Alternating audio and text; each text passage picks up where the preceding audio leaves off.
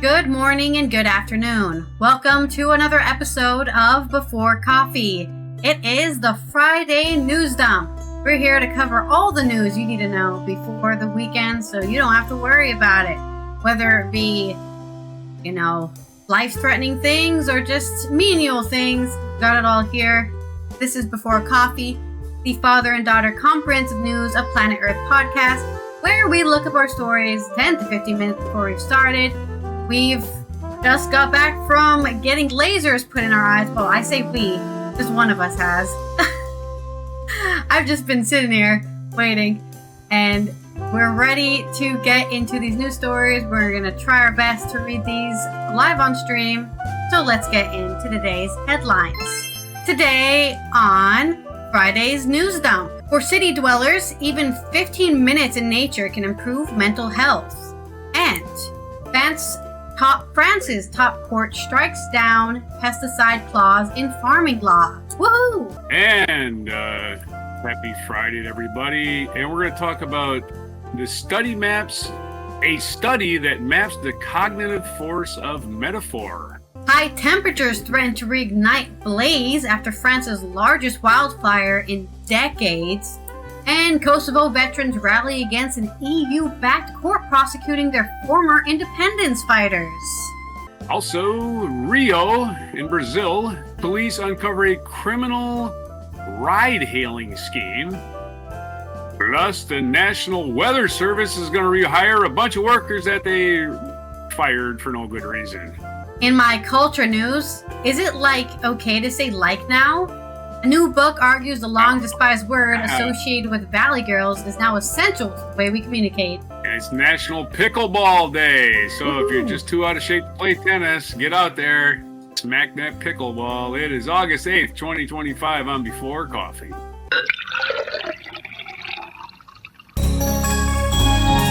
We love a good pickleball tournament, am I right? Oh, wait a minute. I've never seen one. It's tennis for people that can't move. It's tennis and table tennis combined, right? Because they use those wooden paddles. Well, I wouldn't say they're wooden paddles either. They're foam paddles. Tennis is just ping pong that you play on the table. That's really all it is. Of course, Vanka coming in with the serious questions. Do the balls taste like pickles? I've personally never tasted a pickleball, and I never actually thought about putting one in my mouth. I know, crazy concept here. But I think they have little divots in them that resemble one of your breeds of pickles. I see, the bumpy, the bumpy pickles. Yeah, that's why they call it a pickleball. It's not because they taste like pickles. Why there's a professional league, I have no idea. But there's a professional league for cornhole. So yeah, everyone loves a good game of cornhole. At least that's what they tell me. Let's roll our segue wheel. Let's hope we get metaphor, and then you can tell us a metaphor. Or you also got non sequitur actually, so you can do whatever the hell you want. Honestly, that's what non sequitur is. Yeah, just do whatever you want. Horseshoes is better than cornhole. But anyway, cornhole is just horseshoes for unskilled people. For children.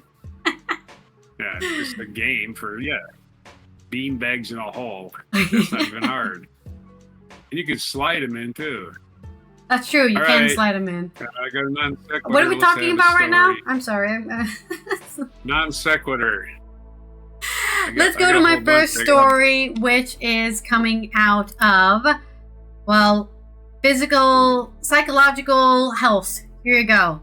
This is a study on, or I guess probably a paraphrase of a study on Medical Express, edited by Gabby Clark, reviewed by Robert Egan. Green spaces boost mental health, especially in busy cities. A new study from Leiden and Stanford University reveals how nature benefits urban well-being and offers low-cost ways to make city life healthier for everyone. Of course, somebody from Leiden would say that because the Netherlands famously have very green cities. If you look at a picture of a city in the Netherlands, you're like, where's the city? All I see is trees. Trust me, there's a city there. I'm just saying... They have a biased point of view. I'm sure they did an actual study for it, but You probably went in there already assuming your hypothesis is already, yes, it does. By 2050, 70% of the global population is expected to live in cities. And mental health issues linked to urban living, such as anxiety and mood disorders, are becoming increasingly important. A new study from Stanford's Natural Capital Project, NatCap, in Leiden University, shows that even a brief time in nature can ease these mental health challenges. When they say go out and touch grass, they mean it. Like, actually go out and touch grass. The results, published in Nature Cities, which is where you can read the whole study, offers a guidance to urban planners, policymakers, and others for how to use green space as mental health solution, one that comes with additional benefits like lowering temperatures and reducing carbon. Of course, they like sucking up that carbon dioxide. Previous studies have documented strong links between contact with nature and mental health, says Anne Yuri, Chief Strategy Officer and lead scientist at NatCap and senior author on the paper. With most studies, you either can't infer a causal link, they can't be easily generalized, or they aren't designed to distinguish the effects of different types of nature. This analysis helps fill the gaps. That's why it's important, Vanka. Vanka is saying this is old news. Everyone's known this already. But it's more like they're filling up the gaps that we already knew this was a thing, but they're just filling in the gaps. Making sure they've got every single different variable covered to prove their hypotheses. That's what science is. The researchers analyzed data from nearly 5,900 participants across 78 field-based studies, including randomized controlled trials and pre-post intervention designs.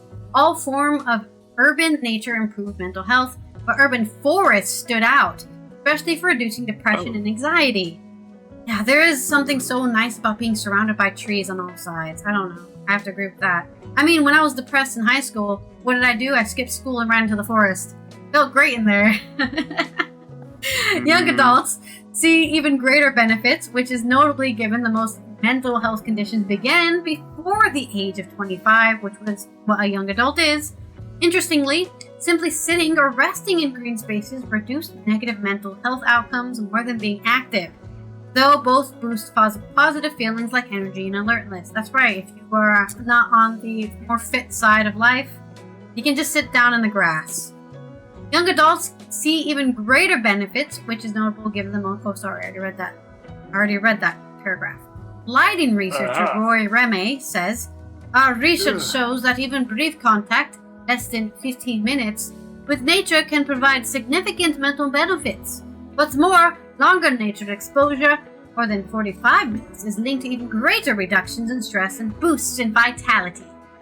Based on their findings, the researchers recommend not only protecting large city parks and forests, but also adding smaller pocket parks and more street trees to improve access through cities and also provide shade.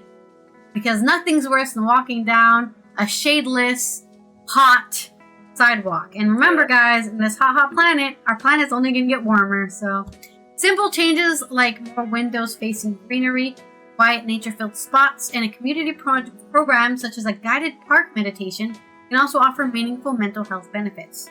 These are low-cost ways to support public health in cities. And it's not just good for cities, it's good for us. At the personal level, Yingji... Wait, let me say this name properly. Yingji Li, postdoctoral scholar at NatCap and lead author of the study, has found that doing this work has improved his own lifestyle. He walks to the office more frequently and finds he is more curious about birds and plants, like encounters along the way. I'm sorry to tell you this, Mr. Lee, Dr. Lee. That's also a sign of a midlife crisis. Wow, is that a Western Eurasian cockatoo? Sir, you are 30 plus, aren't you? You're paying attention to shit now, aren't you? I also share these experiences with friends and encourage them to notice how even small moments with nature can make a difference. This work has helped me see that urban nature isn't just good for cities, it's good for us, the human being. Are you bagging on us old people again? Well, as somebody who's going to be going through a midlife crisis, I'm just saying everyone around me started getting into bird watching all of a sudden, and they're all 30 plus. It's sometimes causation and correlation, I can't wait till my midlife crisis.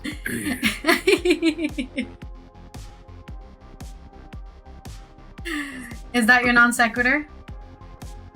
Yeah, sort of. No, I was just saying, hey, yeah, because gardens, not only do gardens put you in a good mood, they provide shade, they do all that stuff, but they smell good. Yeah, I knew you were going to say that. Smelling good. Your sense of smell is one of your senses that really triggers a lot of negative emotions or positive emotions. Anyway, if you can smell something good, it can bring you back to a happy place. That's true. Not so much a non sequitur, but anyway, you hadn't mentioned it. Or maybe you did, I missed it.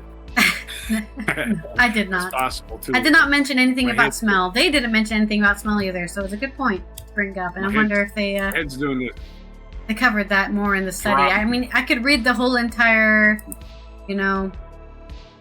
fucking long ass. Oh my god! Yeah, we're not gonna read that. Oh yeah, you could probably go on. Anyways, we're not reading that study. Goodbye. Self-editing, man. Get a self-editor. In more news, especially about the environment, victory for the environmentalists. The law that was making a pesticide that kills bees legal has not passed, or that specific clause in the law has been stricken out. So they took it out of there.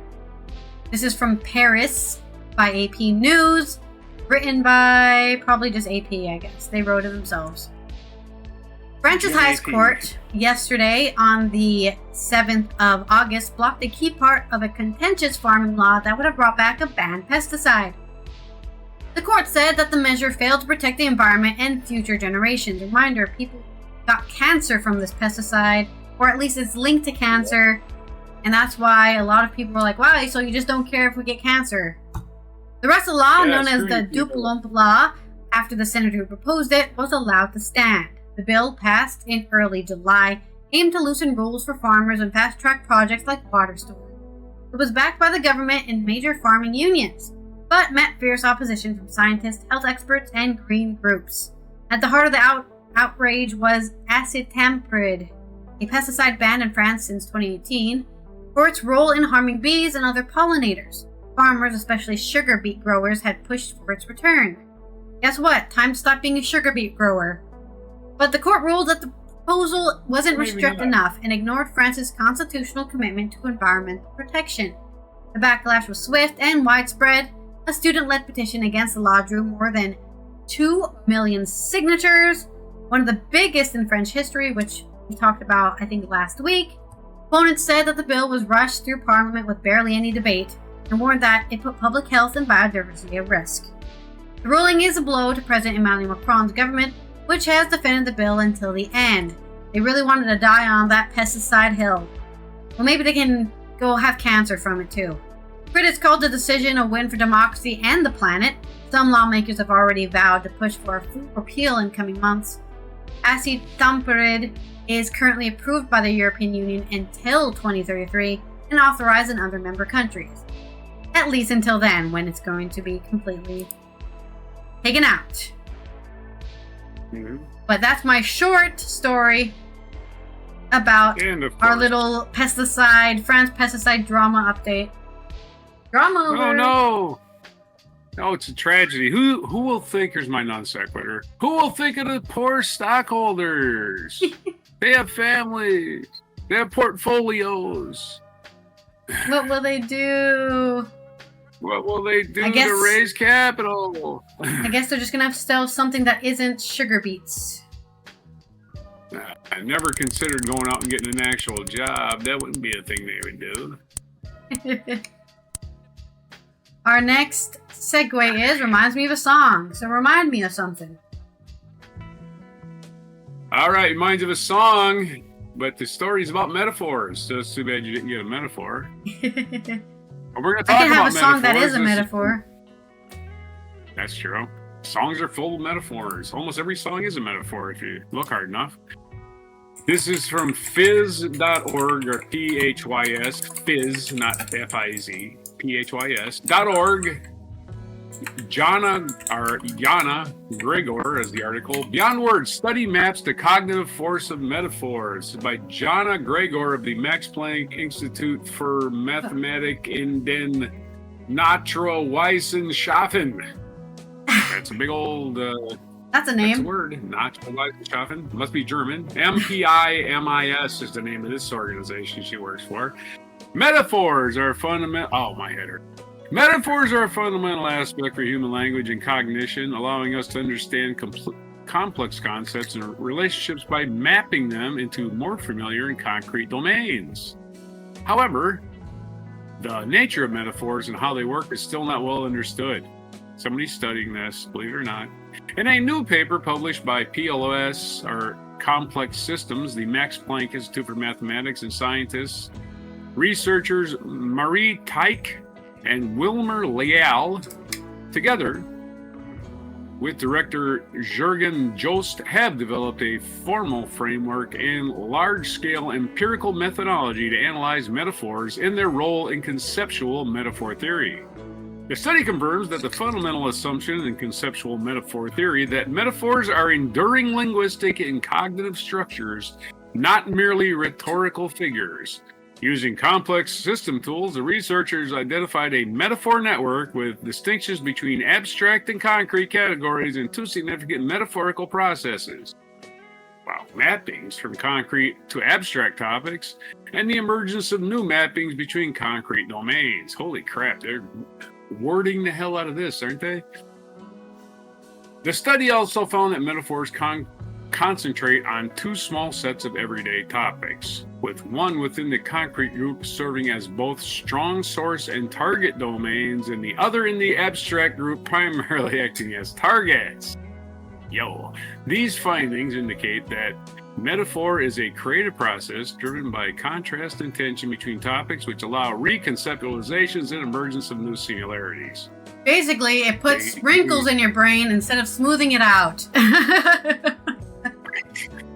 And they got a couple of scatter graphs on here, which you can try to sit there and decipher. The study findings have significant implications for researchers in cognitive linguistics and the philosophy of language, particularly those focused on conceptual metaphor theory, figurative language, and semantic structure. The large-scale empirical methodology imposed by the authors can be used to do fundamental research in conceptual metaphor theory, proving new insights into the nature of metaphor and figurative thinking. Beyond the humanities, this work opens interesting research questions for machine learning. We're going to AI. That's why this is important. Artificial intelligence. Yeah, does AI understand what metaphors are and how they can be applied? That's an interesting thought, particularly in the areas concerned with analogy and representation learning. Yeah, is your stupid AI model going to take your metaphor as a literal thing? That's a problem. The methods also hold promise for the mathematics of cognition and formal epistemology, offering tools to study how abstract meaning arises from structure, preserving mappings across conceptual domains. And there is your story about the brain and how it can be used to inform AI, I believe, and how metaphor works. So that's pretty cool. It's a long way to go, if you ask me. Because I was going to say, I think what they're doing here is they're trying to use AI models to understand the brain more. Like sometimes humans need to see it in a third way, right? In another place to say, oh, that's how that works. The AI has figured out how it works, and now we know how it works in our brains. Maybe. Yeah, and everybody talks in metaphor. Boy, that boy is dumber than a so-and-so and so, right? Yeah. Or, as my song that I just got reminded of, life is a highway. And I'm going to ride it all night long. What does that mean? Well, that life is a journey, right? Illustrating how it has adventures, it has lessons. And of course, as an upbeat track, you could even go with the music being a metaphor, the actual music. You know, embrace that ride of life with all its twists and turns and an opportunity for growth and discovery. Great metaphor. Long song. metaphor. Yeah. Extremely long metaphor. Don't forget to check your tire pressure. And don't forget to check your tire pressure and watch out for them speed traps. Anyway, make sure when somebody blinks, you know, oh, there's a cop up ahead. That's my one story. Oh, that was your one story. Okay. Then Yep, let's so roll spin the wheel. another Yeah, segue. ooh, Life is a highway. You can do that karaoke. Oh, no. Okay, give me some sarcasm for my next two stories. I got 3 pounds of sarcasm right here. Let me get it out. 3? That's a lot. Yeah, it was a special. Yeah, 2 for 1 deal. Or I guess 2 for 3 deal. All you can fit in a sack. Okay. All you can fit in a sack. My story is coming out of France again, and we're talking about a large wildfire that has been controlled, but as high temperatures increase this August, it might reignite the blaze. This is coming out of Villerouge-la-Cremade in France. On Rocky Mountain Outlook, firefighters and local authorities remained on high alert today, the 8th of August, after France's largest wildfire in decades was contained in the south of the country and forecast a very high temperature, which could reignite. This is exactly what I guessed when I looked at the story, that it's by the Pyrenees, and it is indeed in the south by the Pyrenees. Firefighters and local authorities remained, we already said that.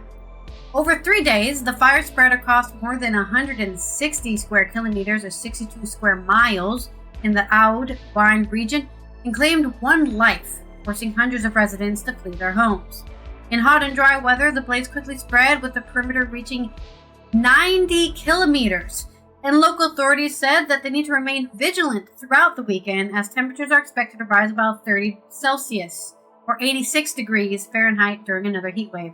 Reminder for all the Americans out there who live in the Southwest, 80 degrees here is very warm. 90 degrees here is very, very warm. It never gets that warm here.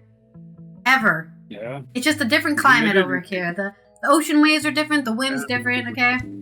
So that's not something French people are used to, dealing with those high temperatures. You have moderating ocean currents. Yeah. Ocean and wind currents, prevailing winds. And a lot of cold currents in the water. That's why the beaches in France are pretty cold. Right. Where was I? Something. Here we go. Region Administrator Christian Puget said some 1,000 people have not been able to return to their homes after the fire swept through 15 communes in the Corbières mountain region, destroying or damaging at least 36 homes. 1 person died at home, and at least 21 others were injured, including 16 firefighters, according to local authorities. Probably smoke inhalation, that's the common one. Hopefully no serious burns. But you can get some serious burns. 1,300 homes were still without electricity as of this morning, after infrastructure was extensively damaged, the Aude prefecture said. Residents have been warned not to return home without any authorization, as many roads remain blocked and dangerous. Those forced to flee have been housed in emergency shelters across 17 different municipalities. Yes, we're living here tonight. On Tuesday, when the fire started, we learned that the inhabitants of the nearby village of Duban-Corbières would arrive in Touchon. Patrice Bertrand, the mayor of Touchon, told the Associated Press, "We have received and hosted over 200 people. We gave them food, thanks to the local business who opened their stores despite it being very late. Civil protection brought us beds, and also the local villagers offered their homes to welcome them. It was their first night here, and many were shocked and scared. An investigation is underway to determine what sparked the fire, mostly to see if they can stop it from happening. The fire was the largest recorded since France's National Fire Database was created in 2006, so there might even be worse ones in the history of France. But France's Minister for Ecological Transition, Agnès Pannier-Runacher, called the blaze the worst since 1949 and linked it to climate change, obviously. Southern Europe has seen multiple large fires this summer. Scientists warn that climate change is exacerbating the frequency and intensity of heat and dryness. I mean, the fact that it's about to be almost 90 degrees this weekend in August rarely happens. Like, I know I've only lived here for 7 years, well actually 8 years now, because I originally moved here in August of 2017. Happy 8-year anniversary to me. But it's never been that hot in August. August are actually pretty mediocre, lukewarm kind of temperatures. So the fact that it's, right now it's 30 degrees here, is what some people would call a good summer, but also worrying, very worrying trend. Last month, a wildfire that reached the southern part of Marseille, France's second largest city, left around 300 people injured. Europe is the world's fastest warming continent, with temperatures increasing at twice the speed of the global average since the 1980s, according to the European Union's Copernicus Climate Change Surface. And why is that? Well, I guess it's karma for all the industrialization that ruined the planet to begin with, honestly. Also, I found the author. The author was Hernan Munoz. So that's where this was author of this article. They put their name at the bottom? Yeah, they put their name at the bottom. Not too proud of their work, or what? No. That's probably just how Rocky Mountain Outlook likes to organize their articles. The Tour de France just went through the Pyrenees a couple weeks ago. Yeah. So it's a good thing it wasn't on fire then. They would have had to reroute it, probably. Maybe it was, and they didn't do that. I don't know. No, I didn't see fires. I was watching it. I basically watched the whole stinking thing. So they did reroute the Tour de France for some cattle disease. They didn't want anybody getting some cow disease. What was it called? Hoof and mouth disease or whatever? Yeah, well, hopefully the fire's put out and we never have another forest fire again. I don't know what sarcasm I can have for it, but I guess that's about it. Maybe if we lower the temperatures of the planet, we don't have to worry about it. Yeah. Nah. Concept for you. I'm running low. Sorry, all my sarcasm didn't work. My next story is an interesting, kind of completely unrelated to anything we've been talking about. The Kosovo Liberation Army, which these are the people who fought for independence, and it looks like the EU is prosecuting these former independence fighters. And now the veterans are rallying to protect them because, they did things to become free, so to say. Why are we getting prosecuted for that? This is coming out of Pristina, Kosovo, on AP News. Kosovo war veterans held a protest yesterday on the 7th of August against a European Union-backed court prosecuting their former fighters who waged the 1998-99 war for independence from Serbia, claiming the tribunal is biased and unjust. Imagine if American fighters were just like, we're taking you to the UK and you're going on trial.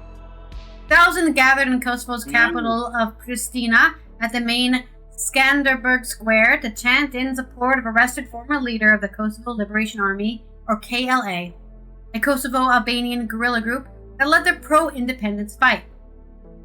The protest was organized by Veterans Association known as the OVL-UCK under the motto, Together Against Injustice. KLA is glory, not indictment. Today, KLA, tomorrow, our whole history. No violence has been reported. They are heroes, reads one poster, with the names of 4 KLA leaders facing trial at the EU-backed Kosovo Specialist Chambers Court, based in The Hague, Netherlands. The special court is deforming our history. It is showing injustice towards those who fought for human freedom and dignity, said Hisni Husati, head of the Veterans Organization. Since 2024, top KLA leaders have been in custody by the court. Kosovo's former president, Hashim Thaci, former parliament speaker, Kadri Vesili, and Jakub Krasniki, an ex-lawmaker, Recep Selmi. They face charges including murder, torture, and prosecution of civilians during and after the war. Okay, well, the after the war thing I can understand. The during the war, I don't know. It's hard to substantiate such things. Weird stuff happens in wartime, especially when you're fighting for your freedom from oppressors, right? It's on my desk too hard. Orders, you don't know they're... The court and associated prosecutors' office were created after a 2011 report by the Council of Europe, a human rights body, that included allegations that KLA fighters trafficked human organs taken from prisoners and killed Serbs and fellow ethnic Albanians. The organ harvesting allegations haven't been included in the indictment issued by the court, probably because they can't prove it, and probably the statute of limitations or something. Wow. Selling organs. Well, cannot be accused doesn't mean substantiated. guilty. 2 other former Right. KLA Accused members have already been doesn't mean anything. sentenced by The Hague, including Pieter Schala, also Busati, an other official of the organization, have been convicted by the court in the Netherlands of the witness intimidation and obstructing the justice. Okay. Well, that's not as bad as selling organs on a black market. Some 11,400 people, mostly ethnic Albanians, died during the war before a NATO bombing campaign forced Serbia to pull its troops out of Kosovo and cede to control its former province to the United Nations and NATO. Kosovo declared its independence from Serbia in 2008, which was recognized by the United States, most of the West, but not Serbia or its allies Russia and China. Tensions between Kosovo and Serbia remain high. But it was the Albanians who were getting killed. Yeah, so what a shame. Maybe they were killing loyalists, Serb loyalists. I don't know the whole story, and maybe there will be a story during these trials. But yeah, I'm sure they'll get to the It's a tough bottom one. of it somehow. There's my sarcasm. They're just looking for retribution, is what it looks like. Yeah, it sounds like I don't know. somebody's Serbia's looking looking for retribution, seems like- perhaps. Yeah, it seems incidental to guilt and innocence. Somebody did it, so therefore we must punish someone. Seems like what they're doing. Yeah. That's what military tribunals do. That's what. Yeah. What did? Well, this isn't a Nuremberg military really accomplish? tribunal, though, right? This is like the International Criminal Court. Basically the same thing. Yeah. Yeah. So was Nuremberg. But what happened? All the Nazis went to South America. They punished foot So soldiers. yeah, the big guys who did all the stuff, yeah, they got away with it, and it was just like Yeah. Well, the grunt workers who were in the office at the time, you know. Oh, my secretary is going to Yeah. jail for gassing Jews, but she was just the secretary. Right. She didn't do anything. In other words, Just worked there. we must satiate our impotent rage with some kind of vengeance. We need justice. Yeah, we need vengeance of justice. Yeah, even if it's not justice, they just want something done. That's not even justice. Well, to be It's fair, just shit. if they did break the law and then it's substantiated and there's proof of illegality, technically that is legal justice. Sure. So I'm sure kangaroo courts like this are all full of, nobody lies. in everyone's there court. for the right Yeah. reason, 100%. Yeah, totally. All they're going to do, they're going to see pictures of people being tortured, a picture of the people that You were did tortured. that? It No, doesn't no, matter who tortured them. Yeah. Whoever's in the room is going to pay. That's Yeah. the way I see it. Yeah. All right. Segue wheel. New story or spin the wheel? Okay. Whip through Oh, this you're going to story be as fast as excited. humanly It's time possible. for a mixed metaphor. See, I knew we were going to hit a minute. We always do. At some point, we hit a Yeah, metaphor. you got it one spin late. APnews.com has a story. Don't have a person's name.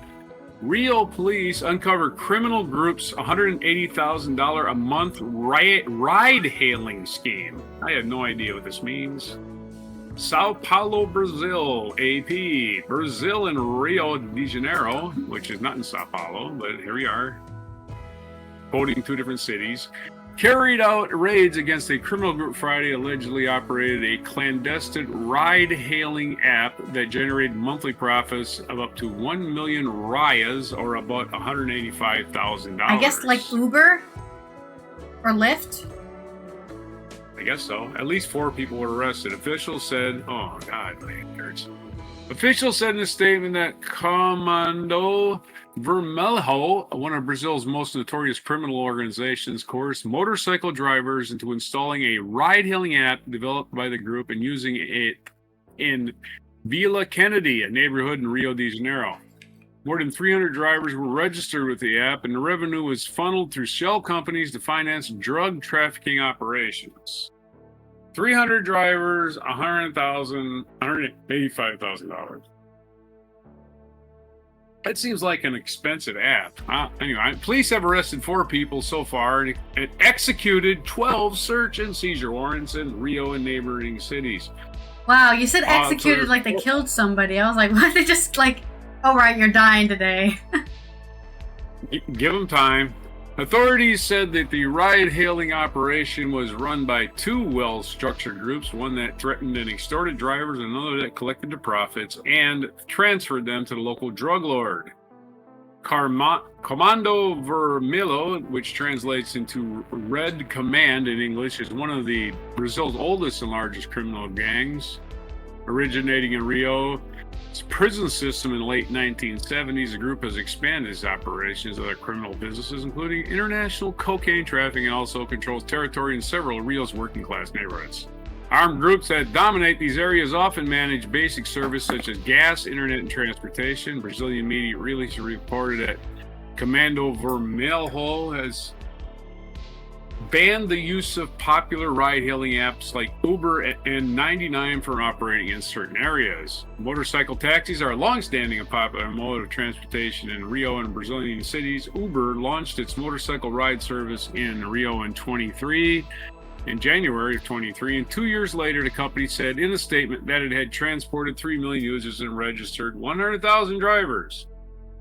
But against their scam little ride-sharing app is just taking people's money and scamming them or stealing their money. I don't even know. They didn't get in any details, but there's your story. Something was happening. Whatever.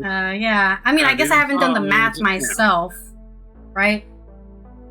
But it sounds like maybe they were making a certain amount of money, you know, whatever Rios, and then Yeah, $600 a ride is kind of what it works out to me. I mean, $600 a user, but I don't know where they get the $600 from, or it was all the many rides they took. I have no idea how they were scamming people, but the article didn't explain it.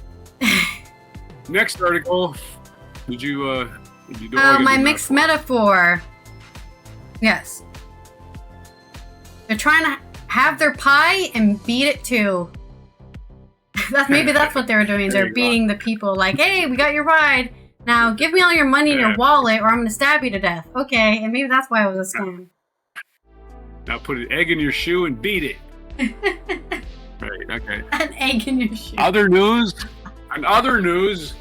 You've never heard that? That's from the Three Stooges, man. National Weather Service to rehire workers after deep Doge cuts. This is from Chase Kane. You ever try to chase Kane? Anyway, this guy's name is Chase Kane. The Stinky the Clown administration is planning to undo most of the cuts to the National Weather Service put in place earlier this year with the Department of Gross Inefficiency. The National Oceanic and Atmospheric Administration, or NOAA, has received permission to fill 450 positions. Well, I guess I can go apply for a job now.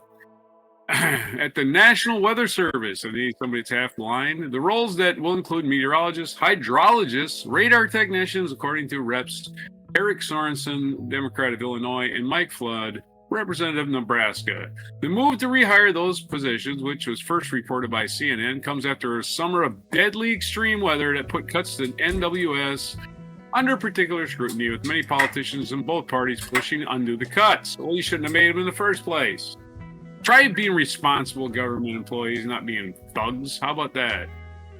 One government official told NBC News that NWS staff believed that the Texas floods that killed more than 130 people and sparked questions about NWS forecasts has strengthened the case for the agency to rehire hundreds of frontline and mission-critical staff.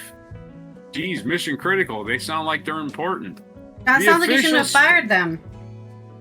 Yeah, it seems like that. But they saved a lot of money by paying people their pensions early. No, they didn't. The officials spoke on the condition of anonymity because they were not authorized to discuss personal matters. Sorensen and Flood celebrated the overdue news in a joint statement. The two co-sponsored the Weather Workforce Improvement Act to protect National Weather Service employees from layoffs and early retirements by reclassifying them as critical to public safety. The bill has been introduced by the House, but has yet to receive a vote, which it probably won't. For months, Congressman Flood and I have been fighting to get NOAA and NWS employees the support they need in the face of cuts to staff and funding. Sorensen said in a news release, hundreds of unfilled positions have caused NWS offices across the country to cancel weather balloon launches, forego overnight staffing, and force remaining meteorologists to overwork themselves. While I welcome this as overdue news to hire more meteorologists, we need to pass our bipartisan bill to ensure these new hires are permanent and protected from any future cuts. Rep. Mark Alford, representative of Republican of Missouri, also welcomed the move.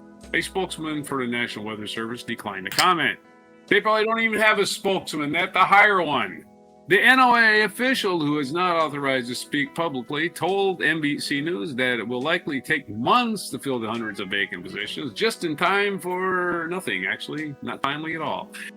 Currently, USA Jobs lists 9 open positions across the NOAA, the parent agency of the National Weather Service. NOAA and NWS are not immune to the aggressive Doge cuts of the second stinky administration's early months, which included the firing, rehiring, and firing, and refiring, and firing, and refiring, and hiring, and refiring, and firing, and retiring, and firing, and retiring, and retiring. All these workers over and over again.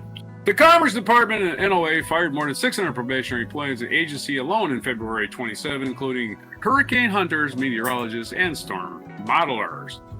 5 former directors of the National Weather Service warned that the staff shortages could lead to needless loss of life. Well, that's already happened. Again, Yes. stop warning us about Famously, shit that already there was happened. a huge, We know. deadly flood. And just every stinking day there's weather events that get missed, even with the best preparation. And when you fire people off, it's probably not going to improve it. So, there's your Nope. story. Metaphor time. My mixed metaphor is... I had it here and now I've lost it. Ah, Don't know. There you go. Yeah. let's not jump off the deep end of the bridge. Haha. Let's not. And also, No, I guess another We're one gonna would be, smile. let's not count our blessings before they're hatched. Right? Just because they've rehired them doesn't mean they're gonna not fire them again and then defund something else. You know, oh, we're not gonna defund people. We're gonna defund maintenance. And then, oh, our radios don't work. And they're all broken. What happened? Once again, a reminder, Trump works for Russia. Yeah. Does not work for space at all. You have another story? Or that was your second story. No, that was it. That's all I can handle. Okay, then let's go into my culture segment. But first, the segue wheel. Tell me a joke about Tell you, Joe. the word like as a filler word, because that's what our story is about. Ooh. Like, that's cool. This is coming off of The Guardian by Matthew Cantor. If you're a millennial or a millennial adjacent, you probably grew up being chastised for using the word like inappropriately. You're probably familiar with the sins. The first is employing it as a filler word to give you time to think. I was like trying to speak in a socially acceptable way. The second is using it to mean said, as in, my English teacher was like, don't talk like that. And the third is using it to denote approximation. People who police the word are all like a million years old. There's 3 examples there if I use that. And also one of the only accents I can do really well. Yet, we all made it to adulthood despite the verbal carnage. Many of us are even have jobs that require communication. Now that millennials are like becoming the establishment, will the stigma against the word disappear? Megan C. Reynolds, a millennial and author of Like, A History of the World's Most Hated and Misunderstood Word, says part of what older generations rejected about like, as with so much language, was its relative newness during their childhoods, which probably made them feel old. Yep. As somebody who's now an old person, according to 12-year-olds, whenever, skippity toilet or something, I'm like, huh? What are they saying? Why is everyone saying they have Riz? What is going on? No, just kidding. I just add it to your vocabulary and stop being an old fart.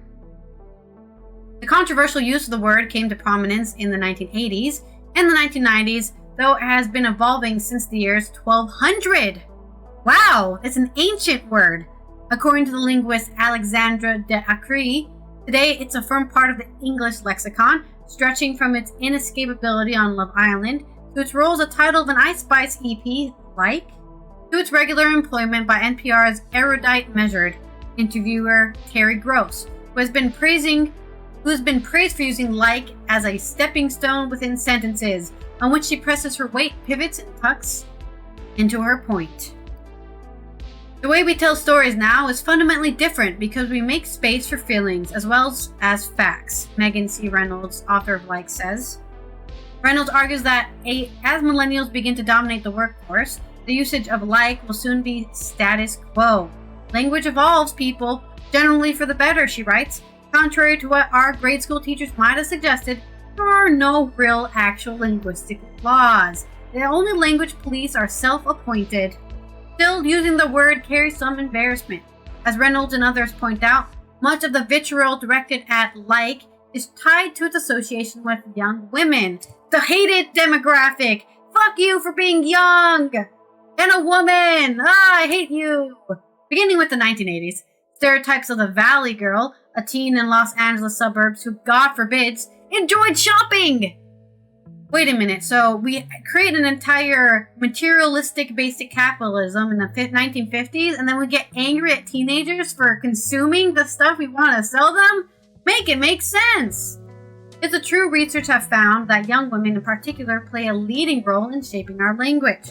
But at the same time, as Reynolds writes, the policing of the way women speak, which in turn makes women feel as if they need to police themselves, often subconsciously, is a sport that will never get old.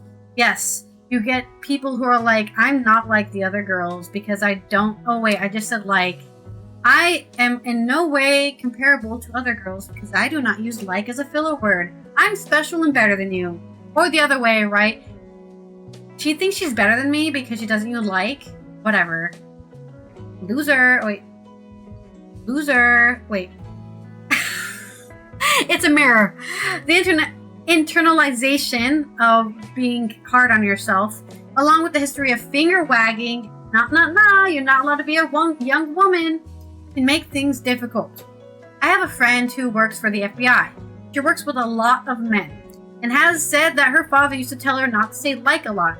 It's been sort of drilled into her head. I had to drill it into myself. I was saying way too much. And also, the worst part is, not only do you internalize the correction on yourself, but you also internalize like a trigger to other people who are doing it, right? If I'm watching a YouTube video and somebody's saying like every other word, I literally can't listen to it anymore. I can't listen to it anymore. And I know I have the same problem because I say anyways, okay, literally way too many times. They're all filler words, not necessary. I should say maar, which is like the Dutch filler word. It all leaves the word in a sort of purgatory, no longer condemned outright, yet not fully embraced. That makes this a opportune moment for Reynolds' book, which, despite the history in its title, might better be described as a series of meditations on the word. Reynolds reflects, of course, on Love Island and Terry Gross, as well as influencer culture, films ranging from My Fair Lady to Clueless, a movie exposing the misguidedness of the Valley Girl stereotype, and the different ways we use language, from texting with friends to emailing across the office, where we shift into what we call corporate drag, with all its reaching out, circling back, and touching base, similar to how I speak on this podcast.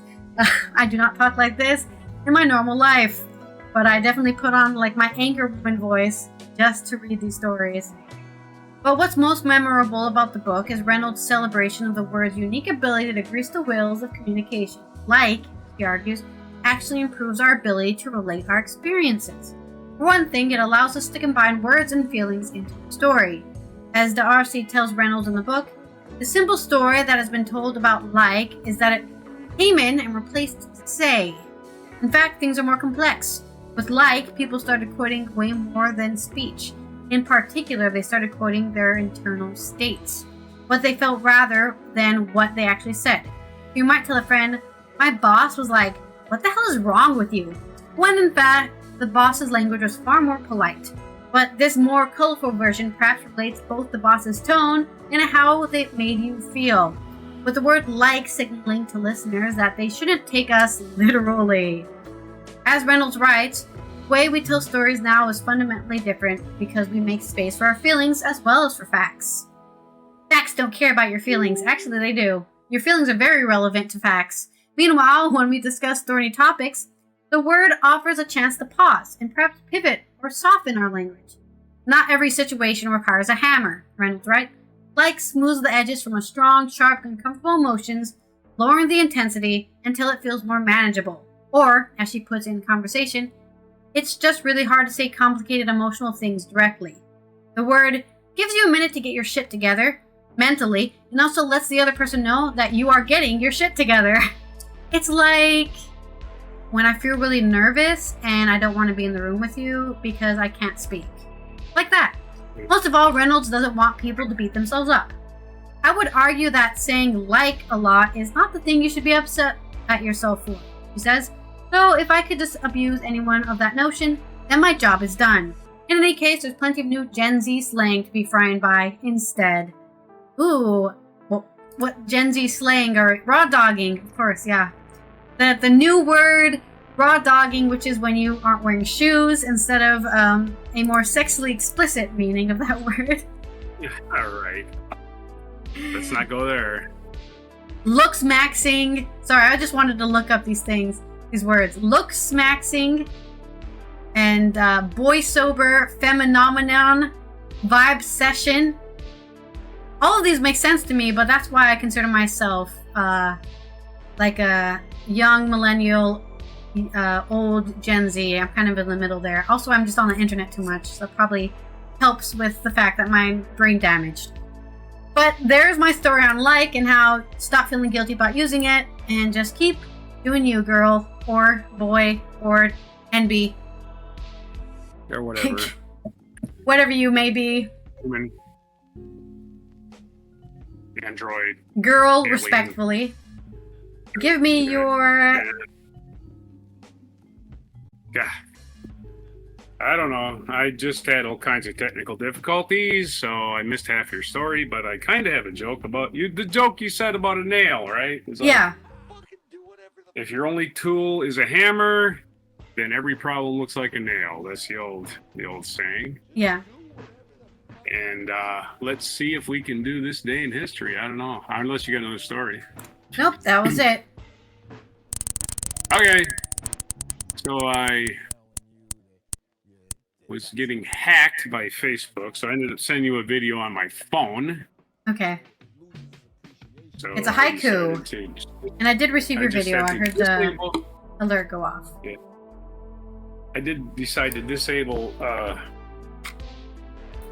the browser completely until I could figure out what the hell just happened.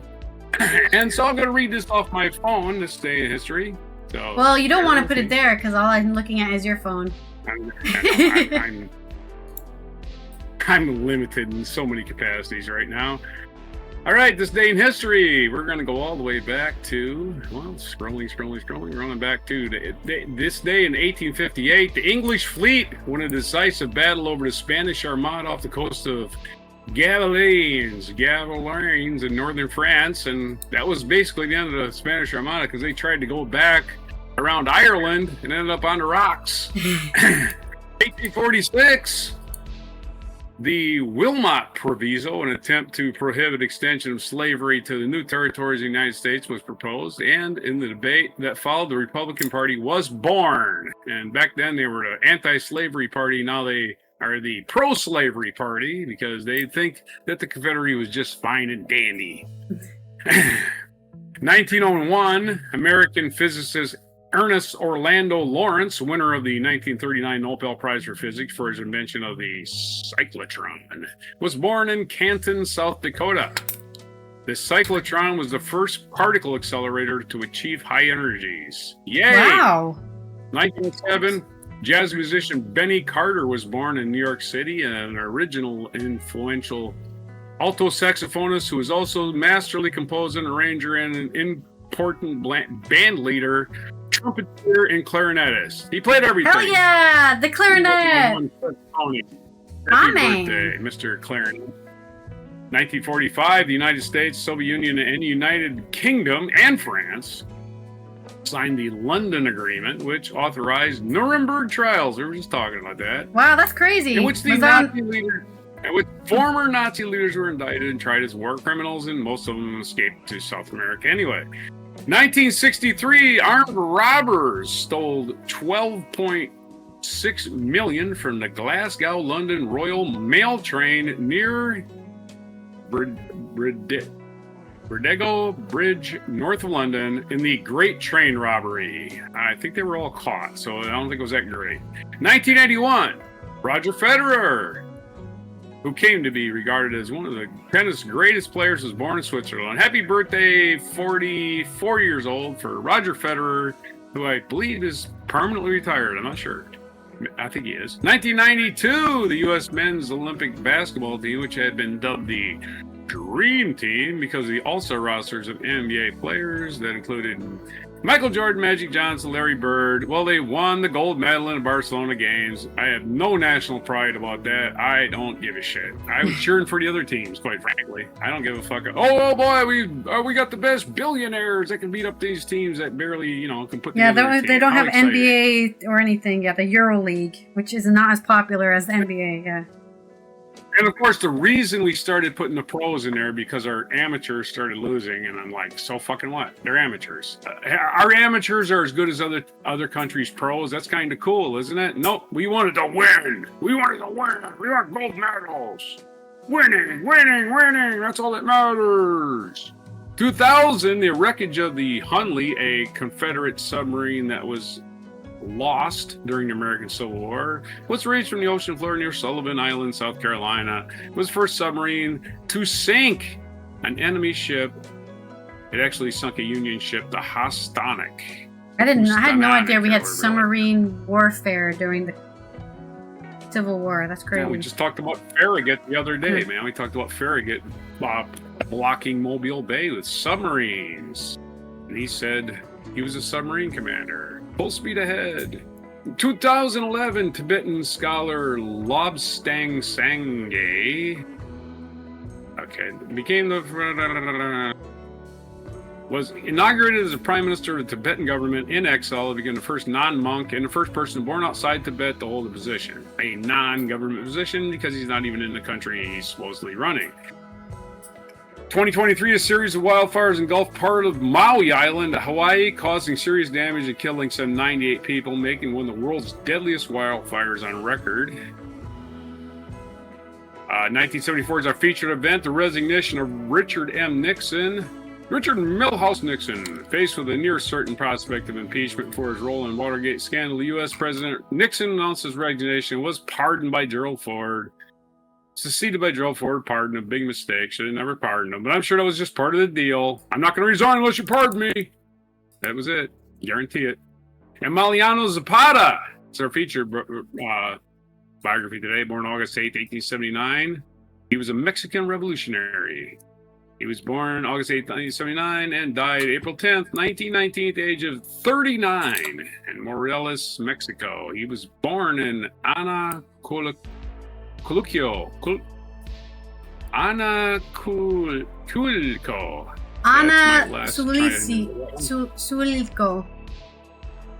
Something like that. C's are not hard.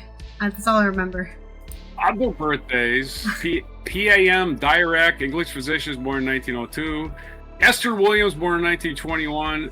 Dustin Hoffman, born in 1937. Esther Williams, of course, a swimmer and actress. Dustin Hoffman, American actor, turning 88 today. He's old. Jimmy Wales, American entrepreneur, born in 1966. And we just did Roger Federer. And what day is it today? We're going to figure that one out. Well, unless you have it up already. National Day today. I do already have it up, but you can still read it. It's my reading, so I'll do it. It's National Pickleball Day, National Mochi Day, that's our little candies, National Whataburger Day. Whataburger is a Texas and New Mexico burger franchise with big, fat, greasy burgers. It's National Sleep Under the Stars Day. Hopefully it's not raining when you do that. And National CBD Day, the product of the cannabis plant that is not THC. National Dollar Day. So if you have a dollar, I have one. It's over there in the corner. Specifically the day they invented the U.S. currency. I looked it up. Oh, okay. Right. And it's National Frozen Custard Day. So those are your days, your mispronunciation, your technical glitness, all your lateness, my splitting headache. For everything today, on which is August 8th, 2025, on before frozen custard. I love frozen custard. Get that brain freeze. Okay. Right on. Are there any international UN observances today? Unfortunately, breastfeeding week is over, so that doesn't mean you should stop protecting people who breastfeed, though, and don't let them feel shame. Right. Tomorrow, though, is International Day of the World's Indigenous Peoples. That's right, 25% of me is allowed to exist in North America. And also other people, too. We've got to celebrate not just the Native Americans or the Native Canadians or the Native Mexicans, but also people in Africa, people in northern Finland and Sweden and Norway. Those are also indigenous people. There's tons of people all over the world who are just having unique cultures out there, doing their own special traditions and celebrations, and they should not be ostracized, grouped up, and put in cages somewhere just because they identify differently than the common people of their country. So protect indigenous people and make sure that nobody's using AI in order to pretend to be indigenous and then, I don't know, misrepresent indigenous people. That's what it says here. Protect people from being misrepresented by AI. This has been our Friday news dump. We hope you have a good weekend, and we will see you on Monday for our Mucking Fun Day. So don't worry about the news. There's nothing else to learn because we've told you everything you need to know for today's or this week's news. Don't forget to follow us, subscribe to the channel, turn on those notifications so you know when we go live. If you would like to support us, we have a Patreon, which is linked in chat and in the description if you would like to support us there. And here is our mic drop moment. Here's the south side of the White House. Yeah, this is Nixon just leaving the White House last time. Washington Monument, Turning Basin, and the Lincoln Memorial. 51 years ago today. Look at all those people that are on the... Look at him smiling. What is he smiling about? The man who will be president in another... I guess because he got away with it. And his wife. I'm not going to prison. Ha ha ha ha ha. And I get to walk out of here, write a book, and live in a mansion, and left his home be rich the rest of my life. To come here have a secret service detail. That are paid for by the taxpayers' money. And he does a freaking weird Nazi salute for some reason. That was the Roman salute, don't you know? Oh, right, sorry. And he was just spreading his love, right? That's just how he shows love. Vice President Mrs. Ford. Turkey Dick flies up the White House. Why is that guy, like, comforting that woman? And just in front of that old magnolia tree that was planted by Andrew Jackson. That guy is, that's Susan Ford, I believe, and her husband. Gerald Ford, like 4 kids. So okay. They're like, yeah, we're in the White House now, ha-ha. Even though they're grown-ups. Oh, I was like, why are they waving like that? It's because they're waving to the helicopter, like the helicopter can see them. Bye, helicopter! Bye! Get the fuck out of here, loser! Bye! Don't let the door hit you out. Yeah. As bad as Nixon was, Reagan was worse. And President Dan is getting his... Because they figured out how to uncomplicate life by not telling.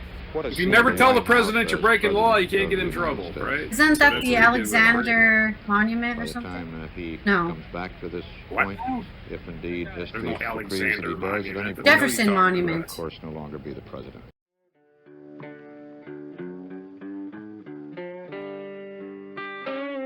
Be sure to hit the like, subscribe, and notify buttons, and follow our other channels, Toxic Alley, History of Gravy, and Scratchy Old Records.